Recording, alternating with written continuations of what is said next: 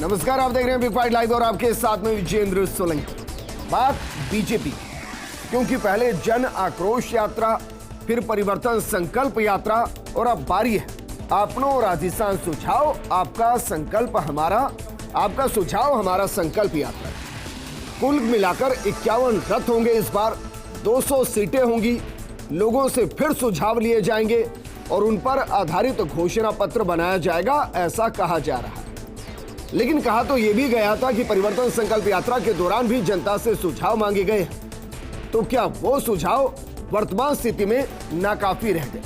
क्योंकि उस दौरान भी राजस्थान को चारों ओर से, चारों दिशाओं से नापा गया था, रथों के जरिए ही नापा गया था, पूरी 200 सीटों पर ही नापा गया था।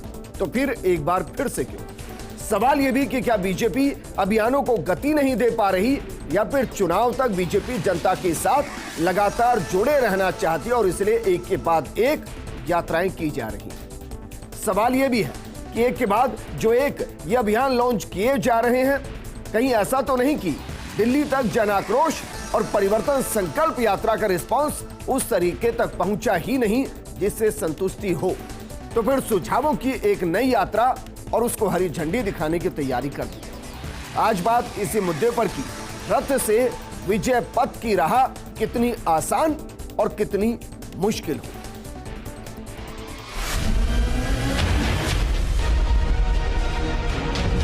सुझाव आपका, संकल्प हमारा, ये कार्यक्रम, इसके लिए हमने रथ बनाए हैं।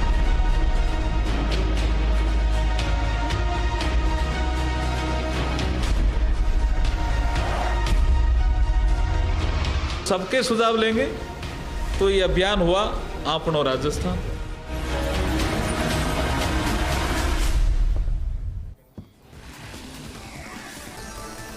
तो सबके सुझाव लिए जाएंगे और उस सुझाव के आधार पर जन घोषणा पत्र या घोषणा पत्र बना दिया जाएगा। इस मुद्दे पर बात करने के लिए बेहद खास पैनल हमारे साथ मौजूद हैं।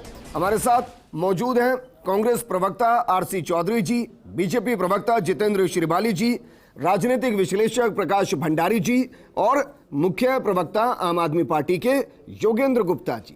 जितेंद्र श्रीवाली जी, शुरुआत आपके साथ। अगर मैं गलत नहीं सर, तो परिवर्तन संकल्प यात्रा के दौरान कहा गया था कि सभी के सुझावों को लिया जाएगा, फिर उन सुझावों के आधार पर घोषणा पत्र बनाया जाएगा। मैं सही कह रहा हूं? देखिए विजेंद्र जी, आपको शायद जानकारी अधूरी है। जन आक्रोश यात्रा के दौरान हमने सुझाव नहीं, हमने जनता की जो समस्याएं थी उनके साथ में जिस प्रकार से जाति की गई जा रही थी पूरे राजस्थान में, जो लगातार जारी है, उनको हमने समस्याओं का एकत्रीकरण किया था। और अभी जो हमने जो कार्यक्रम तय किया है, यह जो भारतीय जनता पार्टी आने वाले सरकार के अंदर जो संकल्प पत्र हम तैयार करेंगे, वो संकल्प पत्र से हम जनता के जो उसका जो मन की भावनाएं हैं, उनके जनमानस के आधार पर यह संकल्प पत्र बने।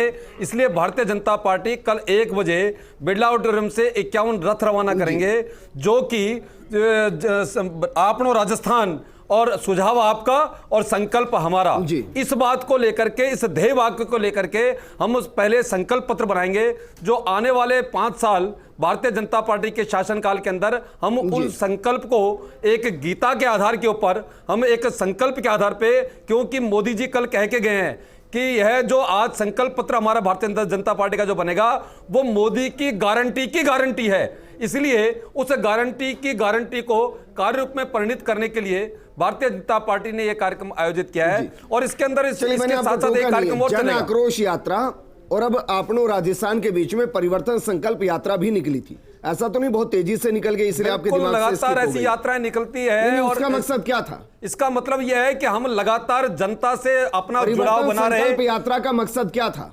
वही बता रहा हूं मैं कि भारतीय जनता पार्टी का जुड़ाव कि पूरे आम जनता तक जुड़ा रहे। आम गांव ढाणी के अंदर रहने वाला जो व्यक्ति है, उसका सीधा संपर्क भारतीय जनता पार्टी से हो। हम केवल सचिवालय या कार्यालयों के अंदर बैठ करके, एसी ऑफिस में बैठ करके या बड़े बड़े अखबार में विज्ञापन देकर के हम अपनी वाहवाही नहीं करना चाहते। हम आने वाले समय में जो सरकार है, वो सरकार कैसे चलेगी, उसका एक प्रारूप तैयार करने के लिए हम गांव और ढाणी के अंदर बैठा हुआ जो व्यक्ति है, अंतिम 3 महीने समाज के अंतिम व्यक्ति से हम अपना जुड़ाव करना चाहते हैं, जो लगातार जनता के साथ संपर्क बनाने की कोशिश कर रही है, लगातार जनता के बीच में जा रही है। और तीसरी बार 200 विधानसभाओं को रथ के जरिए नापने की तैयारी कर रही है।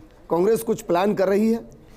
विजेंद्र जी, भारतीय जनता पार्टी के प्रवक्ता का जो वक्तव्य है वो अपने आप में बता रहा है कि हमने भारतीय जनता पार्टी को किस प्रकार से घोषणा पत्र के मुद्दे पे सोचने के लिए विवश और मजबूर कर दिया है। यही भारतीय जनता पार्टी है जो गत चुनावों के अंदर प्रथम चरण का मतदान होने के बाद में जब कांग्रेस ने पूछा उसके बाद में घोषणा पत्र जारी किया।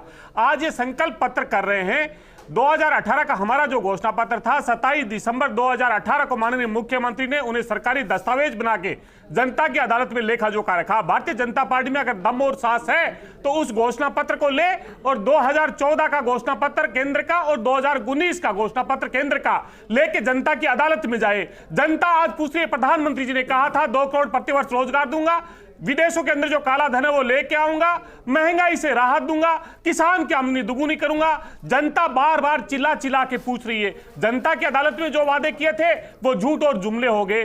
प्रधानमंत्री जी को यह जानना चाहिए कि राजस्थान संकल्पित है, संकल्प ले रहा है मिशन 2030 का, जिसके अंदर 3 करोड़ से ज्यादा लोगों ने अपनी सहभागिता दिखाई है और आगे ये जारी है। भारतीय जनता पार्टी ये क्यों भूल जाती है कि जो विभाग काम करते हैं उनकी भी अपनी योजना होती है, वो भी देश के नागरिक होते हैं। अगर उनके सुझाव आते हैं तो ये क्यों विचलित होती है? माननीय मुख्यमंत्री जी लगातार जो संवाद का सिलसिला है भारतीय जनता पार्टी को बेचैन किया हुआ है, क्योंकि जिस वर्गों के साथ में चाहे राहुल गांधी हो चाहे माननीय मुख्यमंत्री हो, लगातार संवाद करें। क्या राजस्थान में इस वक्त रथ यात्रा बनाम संवाद यात्रा चल रही है? मैं कहना चाहूंगा कि भारतीय जनता पार्टी ने 3 यात्राएं निकाली जो आपने जिक्र किया। उन्होंने जन आक्रोश यात्रा निकाली। जन आक्रोश यात्रा में आक्रोश जनता का आया भारतीय जनता पार्टी के खिलाफ में। बहुत से लोगों का कोऑपरेटिव सोसाइटी में जो पैसा था उसका लिख के दिया कि हमारी बचत की गाड़ी कमाई जो भारतीय जनता पार्टी के नेताओं ने लूट ली उसे वापस दिला दिया जाए। परिवर्तन यात्रा निकाली। भारतीय जनता पार्टी ने पूछा परिवर्तन यात्रा किस चीज का परिवर्तन करना चाहते हैं। भारतीय जनता पार्टी के पास कोई मुद्दा नहीं था, कहा कि सत्ता का परिवर्तन कीजिए और भारतीय जनता पार्टी को कुर्सी दे दीजिए और डबल इंजन की सरकार लाइए। जनता ने पूछा डबल इंजन के अंदर डबल क्रैप 40% की सरकार कर्नाटका और हिमाचल के अंदर हटाई है, क्यों लाए डबल इंजन की सरकार? डबल इंजन की सरकार मणिपुर में जहां पे लोगों को आपने बांट दिया, भारतीय जनता पार्टी के पास कोई जवाब नहीं मिला। और आपने सही कहा कि जो परिवर्तन यात्रा भारतीय जनता पार्टी ने निकाली, जनता नदार थी, बहुत से प्रत्याशी थे, प्रत्याशी ज्यादा थी, भीड़ कम थी और केंद्रीय नेताओं ने चिंता जाहिर की। आखिर चुनाव के अंदर जनता की अदालत में जाना पड़ता है, इसलिए भारतीय जनता पार्टी के पास में और कोई मुद्दा बचा नहीं, नेतृत्व बचा नहीं, मुद्दे बचे नहीं, इसलिए भारतीय जनता पार्टी की मजबूरी है कि हर रथ यात्रा बीजेपी की रणनीति को जरा समझाइए। एक के बाद एक बैक टू बैक रथ यात्राएं जो निकाली जा रही है, क्या वो एक्सेलरेशन नहीं मिल रहा जिसकी बीजेपी उम्मीद कर रही है, या जो एक्सेलरेशन मिल चुका है उसको खोना नहीं चाहती? देखिए, बीजेपी ने यात्राएं निकाली, लेकिन जिस यात्रा के अंदर जो गाड़ी थी वो रफ्तार ही नहीं पकड़ पाई जी। और मैंने ये जो देखा वो आक्रोश यात्रा, परिवर्तन यात्रा जो निकली, उसमें जो निराशा दिख रही थी, उसमें भाजपा के कार्यकर्ताओं की निराशा दिख रही थी। और सबसे बड़ी कारण जो है झालावाड़ से यात्रा निकली, उसमें वसुंधरा जी नहीं थी। तो ये सब एक जो मैसेज आप जाता है, मैं अब आपको बताऊं कि जयपुर का में जो पुराने जनसंघ का गढ़ हुआ करता था जोरी बाजार, वहाँ पर जब परिवर्तन यात्रा निकली तो 50 आदमी भी नहीं थे, उसका मैं प्रत्यक्षदर्शी हूँ। तो ये निराशा का जो भाव है जी, इसको बीजेपी में सामर्थ्य है उसका जो कभी करें एक के बाद एक यात्राएं इसलिए की जा रही है ताकि कार्यकर्ता को किसी तरीके से चार्ज कर दिया जाए। ये जो मंशा है वो है कि जो कार्यकर्ता है जो अब तक नहीं जागा है उसे जगाना, और समय बहुत कम है और कार्यकर्ताओं को फुर्ती से वापस मैदान में लाने की योजना है जी। अब बीजेपी कितनी सफल होगी या कितनी, अच्छा ऐसा तो नहीं है, मैं इसको अलग तरीके से देखूं, ऐसा तो नहीं है कि नेताओं के बीच में ही दौड़ लग रही है। भाई जन आक्रोश यात्रा किसी एक के नेतृत्व में निकली थी, ये परिवर्तन यात्रा में क्या हुआ? 5 नेताओं के नेतृत्व में निकल गई। अब अर्जुना मेघवाल कह रहे हैं कि नहीं, हम घोषणा पत्र बनाने वाले हम हैं, तो हम अपने 51 रथ अलग चलाएंगे। मेरी समझ तो परिवर्तन यात्रा में ना तो नेताओं की और ना आम कार्यकर्ता की भागीदारी ढंग से रही ठीक, और संख्या बल तो बिल्कुल नहीं थे। ठीक है योगेंद्र जी, बिल्कुल नहीं था योगेंद्र जी, क्योंकि आम आदमी पार्टी बहुत ज्यादा सक्रिय है, अभी तक दिखाई नहीं दी। हो सकता है आप कहें कि भाई बहुत सक्रिय है, कुछ बेल्ट के अंदर सक्रिय है, लेकिन जिस तरीके से बीजेपी बैक टू बैक यात्रा कर रही है, ये तो सच है कि वो कम से कम जनता के बीच में लगातार जा रही है। एक प्रोग्राम खत्म नहीं होता दूसरा प्रोग्राम लॉन्च हो जाता है। देखिए विजेंद्र जी, भारतीय जनता पार्टी की जो राजनीति है और हमारी जो राजनीति है उसमें कोई तालमेल है नहीं। हम जनता से जुड़े मुद्दों को, जनता से जुड़े के मुद्दों को लेकर के जनता के पास जाते हैं और हम ज़मीन पर काम करते हैं। भारतीय जनता पार्टी के पास धन का अथाह भंडार है, उस भंडार को दिखावे के रूप में वो जितनी चाहे यात्रा कर सकते हैं, यहाँ से लेकर चंद्रमा तक वो जा सकते हैं यात्राओं को लेकर के। उसका मुकाबला आम आदमी पार्टी करे, ये संभव नहीं है। हमारी राजनीति अलग तरह की है। लेकिन यहाँ दो प्रश्न है। भारतीय जनता पार्टी के प्रवक्ता ने तो बहुत अच्छी बातें यहाँ पर कही और उन्होंने सारी पोल खोल के रख दी। उन्होंने कहा कि जनता से जुड़ने के लिए, जनता की इच्छा को जानने के लिए 5 साल से विपक्ष में पार्टी है, 18 साल शासन कर चुकी है, और उसके बाद अगर भारतीय जनता पार्टी ये कहती है कि हम जनता की इच्छा को जानना चाहते हैं, जनता की भावना को जानना चाहते हैं, जनता से जुड़ना चाहते हैं, तो स्पष्ट रूप से है कि भारतीय जनता पार्टी को ना तो जनता की आवाज़ का पता है, भावना का पता है, और ना ही ये जनता से जुड़े हैं, पूरे कर चुके हैं। देखिए, भाजपा नोटंकी करने माहिर है, अलग अलग तरह की नोटंकियां करते हैं, उनमें से यात्रा भी है, लगातार यात्रा निकाल रहे हैं, किसी तरीके से इनका कुनबा एक साथ हो जाए। लेकिन इनसे सवाल पूछना चाहिए कि आपने इसी तरह के नोटंकी, इसी तरह की यात्रा मणिपुर में निकाली थी। हमारा मणिपुर, आज मणिपुर इनका नहीं है। मणिपुर का मैं भी नहीं लेते ये लोग, ना प्रधानमंत्री जी लेते हैं, ना अमित शाह लेते हैं, ना इनको मणिपुर से मतलब है। इसी तरह की यात्रा उन्होंने कर्नाटक में निकाली, कर्नाटक ने कहा तुम्हारा नहीं है मणिपुर। अरे भाई, इनसे ये पूछो, हमारा राजस्थान या आपनो राजस्थान, अरे राजस्थान के आप रहने वाले हैं, राजस्थान में पैदा हुए हैं, हमारा राजस्थान कहां से नहीं हुआ? योगेन जी, अरविंद केजरीवाल मणिपुर होके आए क्या? नहीं, देखिए, मणिपुर में भारतीय जनता पार्टी की सरकार है, हमारे पास शासन नहीं है। केंद्र में भारतीय जनता पार्टी की सरकार है, और जिसका शासन होगा, जनता के प्रति जिम्मेदारी उसी की है। बाकी नहीं, हमारा इंडिया डेलीगेशन तो गया है वहां पर, वो तो गया है वहां पर। लेकिन मैं आपसे पूछ रहा हूं कि सवाल तो शासन से पूछेंगे ना। अरविंद केजरीवाल राजस्थान तो कई बार आ गए हैं जी, क्योंकि यहाँ वोट चाहिए। हाँ, मणिपुर जल रहा है कि अरविंद केजरीवाल उधर नहीं जा पाते? देखिए, मैं आपसे फिर पूछ रहा हूं, मणिपुर में जो है वोट बैंक अभी बना नहीं है, कार्यकर्ता खड़ा नहीं हुआ। ये सवाल आप समझिए, जो दिल्ली का मुख्यमंत्री, उससे अगर आप मणिपुर की बात करेंगे तो ज्यादती है ना। ये सवाल तो बीजेपी से पूछना चाहिए आपको। मतलब जिसकी सरकार वहां पर है, राजस्थान की जनता भी उम्मीद ना करे ना अरविंद केजरीवाल से। ना, राजस्थान मुख्यमंत्री तो है नहीं। राजस्थान में जब हम आ रहे हैं और अरविंद केजरीवाल आ रहे हैं, तो ये कहने आ रहे हैं कि जिस तरीके से शासन मैंने दिल्ली में दिया और हमने पंजाब में दिया है, मतलब उस तरह के शासन हम यहाँ देंगे। कभी मणिपुर में चुनाव होंगे तो अरविंद केजरीवाल वहां दिखाई दे सकते हैं। मणिपुर की दुर्दशा हमारी वजह से नहीं है, आप फिर गलत चल रहे हैं। मणिपुर में जो हालत हमारी वजह से थोड़ी है। अगर कभी चुनाव होंगे तो अरविंद केजरीवाल वहां दिखाई दे सकते हैं वोट मांगने। मणिपुर में चुनाव होंगे तो मणिपुर के हालात को सुधारने के लिए निश्चित रूप से हम जाएंगे वहां पर जी, क्योंकि दुर्दशा से बाहर निकाल, क्योंकि वहां कुछ है नहीं जिससे आम आदमी को कुछ मिल सके, आम आदमी पार्टी को नहीं। इंडिया गया ना वहां पर, गठबंधन बिल्कुल गया इंडिया गठबंधन। जरा इनसे पूछिए कि कितने नेता गए वहां पर, क्या प्रधानमंत्री जी गए वहां पर अभी तक? मैं बार बार यही कह रहा हूं आपको कि हर स्टेट में जाकर के चुनाव के समय हमारा करना और बाद में किसका है ये नहीं पता करना है। अरविंद भी तो यही करते हैं, ये बाकी पार्टियों के नेता भी यही करते हैं। ये राजनीति चलने वाली नहीं है विजेंद्र जी। अब चुनाव हमने दिल्ली में कहा हमारा दिल्ली, तो हम 3 बार से कह रहे हैं हमारी दिल्ली, और जनता हमारे साथ है, जनता के लिए काम कर रहे हैं। हमने कहा पंजाब हमारा, तो हम कह रहे हैं हमारा पंजाब। हम ये नहीं कहते मणिपुर किसका, ये किसका। जीतने के बाद, कब प्रधानमंत्री जी जीतने के बाद में कितनी बार आते हैं? आज उन्होंने 10 दौरे कर लिए, जीतने के बाद कितने दौरे करेंगे? इनसाइड तो पता होगा सर, बताइए ना, बार बार यात्राएं क्यों करनी पड़ रही? पहली बात तो मैं इनको बता दूं कि मैं आम आदमी पार्टी की तो बात का जवाब क्या दूं, मेरे को, मैं ज्यादा वो नहीं समझता, परंतु मैं जो बात चौधरी साहब कह रहे थे, 2 राज्यों में सरकारें हैं उनकी। हाँ, वो है। राजस्थान में राजस्थान में क्या हो? तो तीसरा सबसे बड़ा दल है, एक भी आदमी जमानत बताने लायक तो सबसे बड़ा दल है हिंदुस्तान का, पार्टी है वर्तमान डिबेट ये इसमें है। इसलिए मैं दूसरी बात ये कह दूं, जो आरसी चौधरी साहब कह रहे थे कि घोषणा पत्र की जो बात कर रहे थे कि साहब घोषणा पत्र के हमारा घोषणा पत्र, मैं तो एक बात पूछना था, बहुत सारे डिटेल में अपन बात करें, इसकी बजाय मेरे को एक ही बात कहूंगा, जो इनके दत्तात्रेय ब्राह्मण बनने का ढोंग करके आने वाले आदरणीय राहुल गांधी बड़े बड़े वादे करके एक उंगलियां यूं करके गए थे कि 10 दिन में किसानों का संपूर्ण कर्जा माफ करूंगा, और उसके बाद में 19,000 कुछ किसानों की जमीनें कुड़ कर दी।